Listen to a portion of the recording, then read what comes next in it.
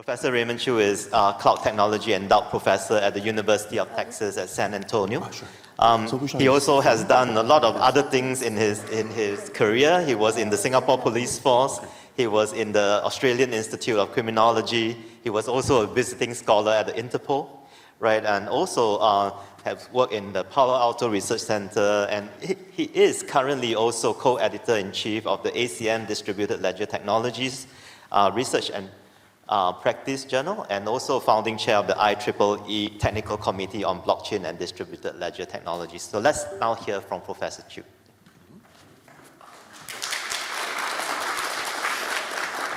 Thank you so much, Ernie, for the introduction.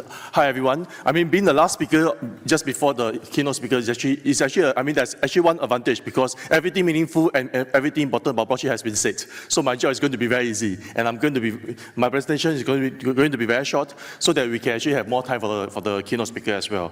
So, I mean, as what Ernie has introduced, so my presentation today is actually about the application of blockchain, especially in the smart city or smart nation context, but specifically in the cyber or national security domain. And also let me set the scene in the sense that why do I decide to focus on cyber or national security? Because this is partly influenced by the city that I'm in. So I'm not sure how many of you are NBA fans. So if you're NBA fans, you will have, most likely you will have heard of San Antonio Spurs. But in addition to San Antonio Spurs, we also have a very lovely river walk, but that's actually not the main context of today's presentation. In fact, San Antonio is also known as Cybersecurity USA or Military City USA. So we have a very significant military presence, for example, NSA, US Air Force, and also the cyber wing in San Antonio itself as well. And in fact, being the Cyber City USA, we are actually the #2 cybersecurity employer in the whole nation.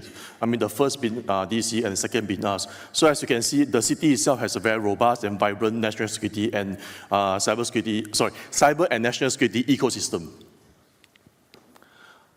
And also a bit about our university. So we are actually a Hispanic serving institution, and again, there's no surprise because Texas, we kind of border Mexico, so we have a very large Mexican population or Hispanic population. So we are actually a Hispanic serving institution, and I think a few years ago we have been upgraded or we have been elevated to R1, which is a research-intensive university. So we are actually one of the few Hispanic serving institutions which is also research-intensive. And for those of you who are somewhat familiar with the NSA, DHS, which is a National Security Agency, Department of Homeland Security accreditation. So they actually have three types of centers for cybersecurity. So cybersecurity research, cybersecurity education, and also cyber ops. So we are actually one of 10 universities in the whole US to have all 3 centers in the same university. So 2 of the centers are actually in my department. So I'm actually with the Department of Information Systems and Cybersecurity under College of Business. And then cyber ops is actually with our computer science department. And also a few years ago, we actually joined the US Cyber Command Academic Engagement Network. And again, they are based in San Antonio as well. So again, given the dynamics or the DNA of our city, it's no surprise that our university has a National Security Collaboration Center. So in fact, as you can see on the slide, we have a number of federal partners as well as state and local government partners as well. In fact, many of these partners, they're actually on campus with us. For example, we have US Army Research Lab actually on campus in the same building as our Department of Computer Science. We also have Standard National Lab, PNL, and also some of the federal agencies actually on campus. So we actually work very closely with some of these agencies in terms of research and education. So that's why the focus of many of our research is actually on cyber and national security. And also when it comes to our blockchain research, we are also looking for potential applications of blockchain in cyber and national security domain. Okay, I'm just going to skip this. So again, many of us in the room are actually working on cybersecurity. So I'm sure that it's actually no surprise that cybersecurity is very important. I hope that no one will actually raise their hand when I ask the question, do you think cybersecurity is not important, right? So, but again, cybersecurity has been around for a long time. It has been around for at least the last 20 to 30 years. But it's still something of ongoing interest to both governments and also private sectors as well. So in fact, if you look at the most recent threat intelligence report from the US intelligence community, as you can see that cybersecurity is actually going to be more important now and also moving forward. It's not going to be less important, which is good news for us, especially for those working on cybersecurity, because that means that we have a job, at least for the foreseeable future. So the question is, because we have heard about a lot about AI, I mean, in this conference as well as other conferences. So, I mean, the thing is, one of our challenges when it comes to cybersecurity is it's very challenging to actually attribute the source of the attack, who is behind the attack, and so on. So the question is, I mean, the thing is, there has been a lot of work, especially the last few years, on using AI to actually help us to identify or attribute the source of attack, also the player behind it or the actor behind it. But how about blockchain? I think blockchain is a poorer cousin to AI in this context, because there has been less research done on the potential application of blockchain when it comes to cybersecurity domain or national security domains. So one of the questions that we want to explore is, what role can blockchain play, for example, in terms of trying to attribute the source of an attack or trying to identify the attacker behind an incident. So what about, I mean, in the higher education sector as well? Because many of us in this room actually work in the higher education sector. So the question is, I mean, do you think, I mean, higher education sector will be of interest to, say, foreign governments or nation state? The answer will be yes, because the thing is, there's a lot of IP in the work that we do. For example, some of you, I mean, for those of you who are working on pharmaceutical or vaccine research, especially during COVID, so I think there have been a number of cases where universities, researchers are actually being targeted by foreign governments, to get access to their research R&D output.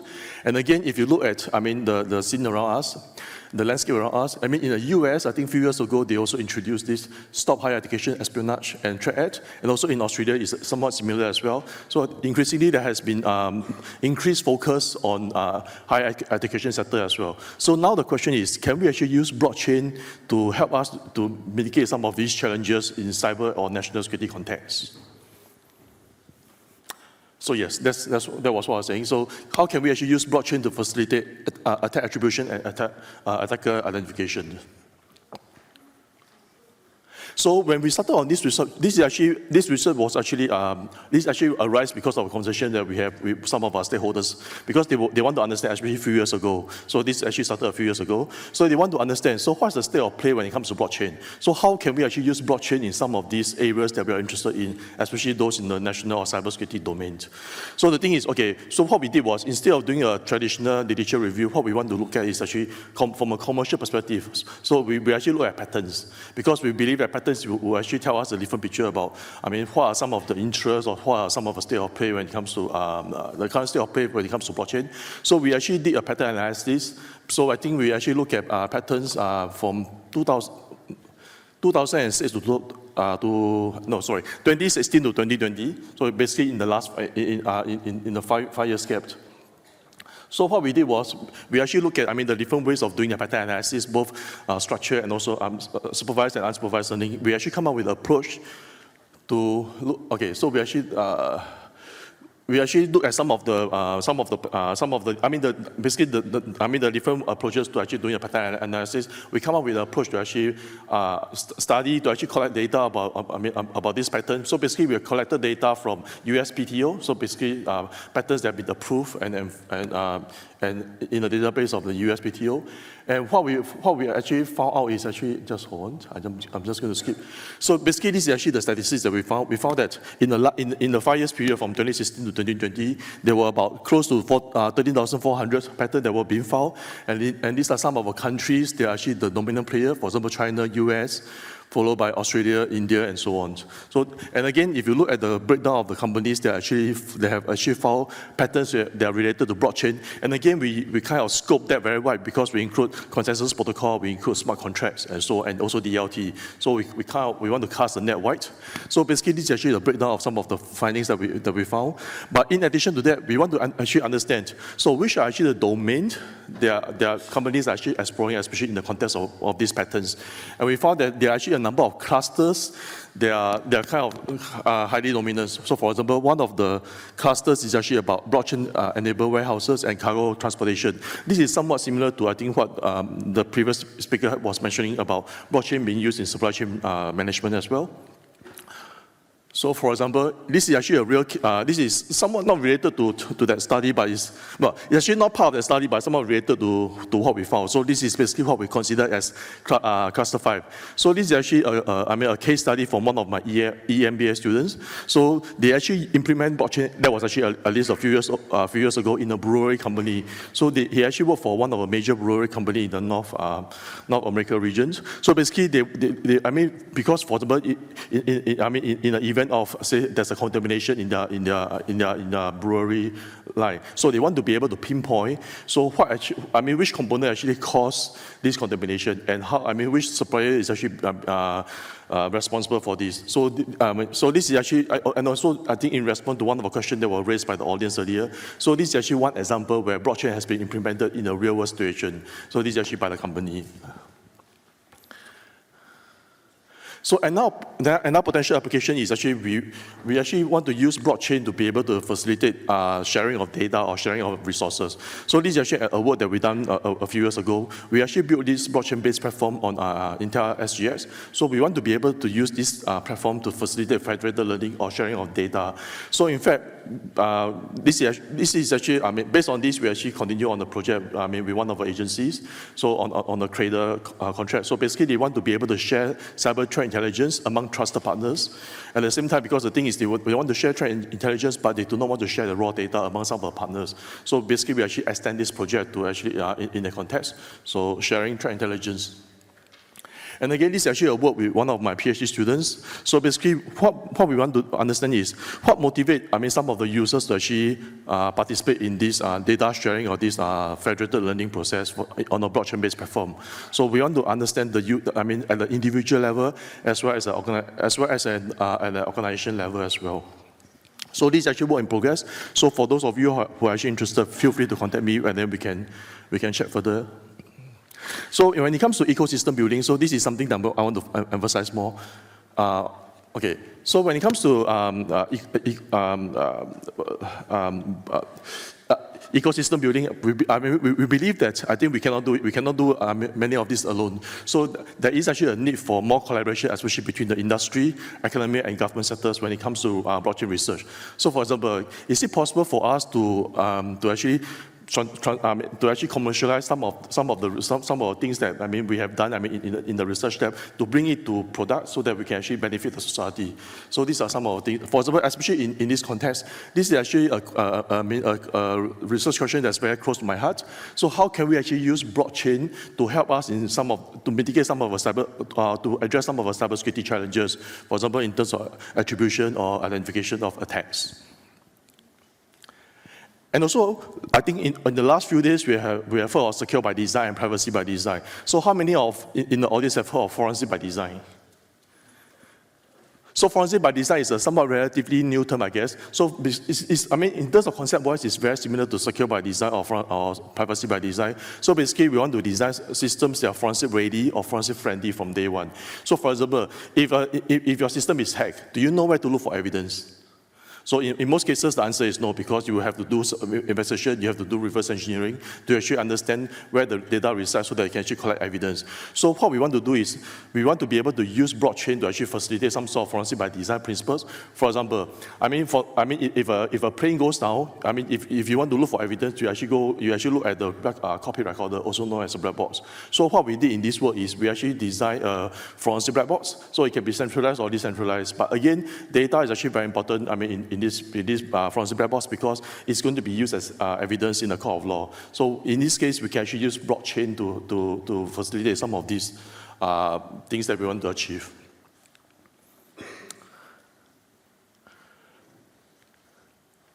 And also, we actually have a technical committee as part of this IEEE Technology Engineering Management Society. So as part of this technical committee, we actually have a large ecosystem. We have a number of special interest groups, a number of chapters, and so on. So for those of you who are actually interested, you can actually find out more about this. And more importantly, I want to share is we actually have a number of award nominations. So this is actually the third time that we are calling out for this award nomination. And I believe that one of the previous years' Technical Achievement Award is actually one of the speakers today, Joseph Liu. So basically, we have a number of awards. So one of them is actually the Technical Achievement Award, and second one is actually the Mid-Career Achievement Award. If you want more information, you can approach me as well. And then we also have an Early Career and Outstanding PhD Dissertation Award too. And I think based on the interactions over the last few days, we realized that it's actually very important to actually have, because earlier I mentioned about the need for engagement with industry as well as government. So I think in the last 2 days, we realized that it's also very important to have a Industry Impact Award. So this is something that we are working on right now. So more information will actually to follow for those of you who are interested. And the nomination deadline is actually 30th of October. So, and this is the information. So, and also for those of you who are actually interested to publish some of your work, on blockchain, you can also submit to this journal, which I'm the co-founding editor-in-chief. So it's actually on ACM DLT. And as you can see on the slide, we actually accept a number of different different article types, ranging from original research paper to practitioner reports as well, lead review, tutorial paper, perspective, and book reviews. And again, feel free to ping me if you have any interest. And at the same time, because I'm also the chair of a publication committee for IEEE Blockchain Technical Committee, so we are actually in the process of applying to be upgraded to TC 2.0, which means that it will be at the same level as a society within the IEEE organization structure. So as part of that, we are also proposing a new publication for IEEE, especially, in this case, is IEEE Transition on Blockchain and DLT. And surprisingly, ACM, we have one publication for blockchain and DLT, but there's no publication in IEEE dedicated for blockchain and DLT. So we are actually putting a proposal to have such a publication. So for those of you in the audience who are actually interested to be part of this initiative, again, feel free to approach me as well. So that's all. I promise to be fast, and I'm very fast. Thank you.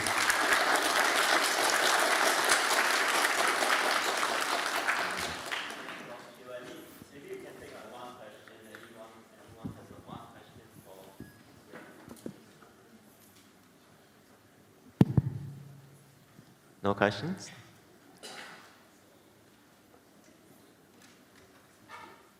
Okay, I guess if there are no questions, we can present the award.